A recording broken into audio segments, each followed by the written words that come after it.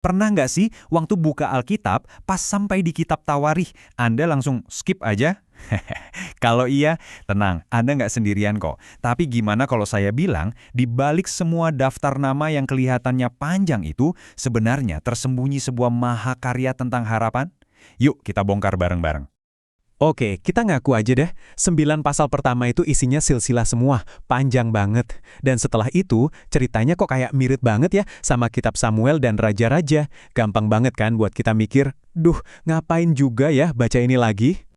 Tapi gimana kalau ternyata setiap nama dan setiap cerita yang diulang itu sebetulnya adalah bagian dari sebuah pesan yang dirancang dengan sangat jenius?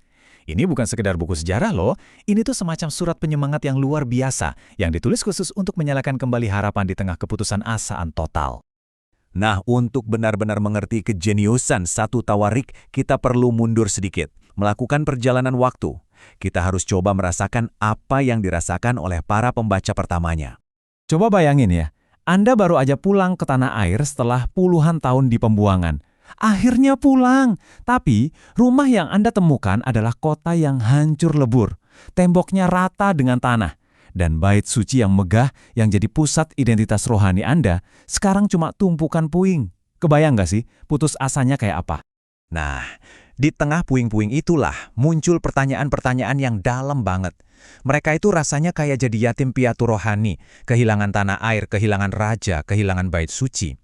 Dan kitab Tawarikh ini ditulis untuk menjawab langsung ke jantung kegelisahan dan luka batin mereka. Nah, disinilah letak kejeniusan penulisnya. Kita sebut aja Sang Tawarikhwan ya. Dia nggak cuma sekedar mengulang sejarah. Dia dengan cerdas merangkai ulang ceritanya untuk satu tujuan, menyalakan kembali harapan. Coba lihat bedanya. Kitab Samuel dan Raja-Raja itu ditulis untuk bangsa yang lagi menuju pembuangan. Jadi fokusnya adalah menjelaskan, ini loh kenapa bencana ini terjadi. Tapi Tawarikh ditulis untuk orang-orang yang sudah pulang, yang butuh peta untuk bangkit lagi. Ini bedanya kayak dokter yang pertama ngasih diagnosis penyakit Anda, dan dokter yang kedua ngasih resep dan rencana pemulihan. Tujuannya beda banget kan? Lihat deh perbedaannya di sini, fokusnya geser. Dari dosa dan hukuman ke anugerah dan pemulihan. Dari urusan politik ke urusan bait suci. Tapi, nah ini yang paling penting, lihat cara Daud digambarkan. Penulis Tawarikh sengaja nggak menceritakan dosa Daud sama Batsheba. Bukan buat menutupi sejarah ya, tapi untuk menyoroti Daud sebagai model yang ideal, sebagai pendiri ibadah sejati. Pesannya jelas, ini loh fondasi kalian, ini cetak biru untuk masa depan kalian. Terus, gimana dengan daftar nama yang panjang banget di awal itu? Buat mereka, itu bukan daftar yang bikin ngantuk. Itu kayak akta kelahiran rohani mereka. Itu bukti kalau akar mereka nggak putus. Garis keturunan mereka nyambung terus sampai ke Daud, Abraham, bahkan Adam. Itu seperti Tuhan sendiri yang bilang, "Hei, kalian itu masih umatku, identitas kalian aman." Dan kerennya, di tengah rentetan nama itu, penulisnya tiba-tiba nge-zoom in ke satu orang, Yabes. Doa singkatnya ini benar-benar kayak permata tersembunyi. Pesannya personal banget. Di tengah sejarah besar sebuah bangsa, Tuhan itu mendengar dan peduli sama seruan iman setiap orang. Ini pesan harapan yang luar biasa buat tiap individu yang membacanya. Oke, jadi fondasi identitas mereka sudah dikuatkan lagi. Lalu apa selanjutnya? Nah sekarang, Sang Tawarikhwan masuk ke inti pesannya. Kunci untuk bangkit kembali sebagai bangsa adalah dengan memulihkan ibadah yang berpusat pada Tuhan. Coba deh kita pikirin, raja di zaman dulu itu biasanya ukurannya apa sih? Kekuatan militer, istana yang megah, kan? Tapi Tawarikh menunjukkan Daud melakukan sesuatu yang radikal banget. Prioritas utamanya bukan kekuatan politik, tapi kekuatan rohani. Yaitu membawa kehadiran Tuhan lewat tabut perjanjian ke jantung kehidupan bangsa. Dan kisah pemindahan tabut ini jadi pelajaran yang dalam banget. Usaha pertama gagal total, bahkan ada tragedi. Kenapa? Karena mereka pakai cara manusia, cara orang Filistin pakai kereta, bukan cara Tuhan. Ini nunjukin kalau kekudusan Tuhan itu nggak bisa dianggap enteng. Tapi, usaha kedua yang dilakukan dengan benar, diusung oleh orang Lewi sesuai perintah Tuhan, hasilnya jadi perayaan ibadah yang luar biasa meriah dan penuh sukacita. Soal ibadah ini, Daud nggak main-main. Lihat aja angka ini, 4.000. Bukan 40, bukan 400, tapi 4.000 musisi profesional. Daud membentuk orkestra dan paduan suara raksasa yang didedikasikan buat pelayanan di bait suci. Kebayang nggak skalanya? Pesan buat umat yang baru pulang itu jelas banget. Ibadah itu bukan sisa-sisa waktu, bukan sesuatu yang seadanya. Ibadah adalah prioritas utama yang layak dapat yang terbaik dari kita. Dan sekarang kita sampai di puncak teologis kitab ini. Ceritanya Daud kan pengen banget bangun rumah, yaitu bait suci untuk Tuhan. Tapi Tuhan justru membalikkan ceritanya. Tuhan bilang, bukan kamu yang bangun rumah buat aku Daud, tapi aku yang akan bangun rumah abadi untuk kamu. Rumah di sini maksudnya dinasti dan keturunan. Janji inilah yang menjadi jangkar harapan bagi seluruh Israel.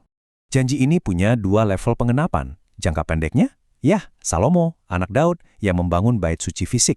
Tapi bagi para buangan yang udah nggak punya raja, janji ini adalah segalanya. Janji ini menunjuk ke masa depan, kepada seorang raja mesianik yang tahtanya nggak akan pernah bisa goyah. Inilah harapan abadi mereka, yang bagi kita orang Kristen digenapi dengan sempurna di dalam diri Yesus Kristus. Oke, ceritanya keren. Tapi pertanyaannya sekarang, terus apa hubungannya sama kita hari ini? Kenapa sebuah buku kuno yang ditulis untuk komunitas yang lagi hancur ribuan tahun lalu masih penting buat kita?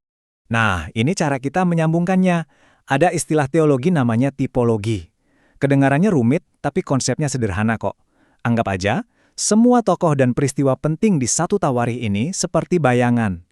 Bayangan itu nyata, tapi dia hanya menunjuk pada sesuatu yang lebih nyata lagi, sosok aslinya. Dan wujud asli yang sempurna dari semua bayangan itu adalah pribadi dan karya Yesus.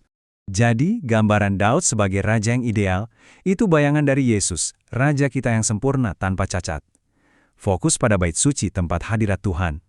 Itu bayangan dari Yesus, Sang Immanuel, Tuhan yang tinggal di antara kita. Penekanan pada para imam dan orang Lewi, itu bayangan dari Yesus, satu-satunya imam besar dan perantara sejati kita. Jadi, inilah intinya. Satu tawarikh mengingatkan kita bahwa identitas kita aman di dalam Tuhan. Kitab ini menantang kita untuk menempatkan ibadah sebagai pusat kehidupan kita, bukan cuma aktivitas sampingan. Dan yang terpenting, kitab ini adalah sebuah monumen harapan, bukti nyata bahwa bahkan di tengah reruntuhan hidup kita, Tuhan adalah Allah yang setia pada janjinya dan sanggup memulihkan segalanya. Sama seperti sang tawarikhuan yang melihat kembali masa lalu Israel dan menuliskan ulang ceritanya lewat kacamata kesetiaan Tuhan, kita pun diundang untuk melakukan hal yang sama pada hidup kita. Melihat setiap bab yang indah maupun yang sulit dan menemukan jejak karya Tuhan di sana.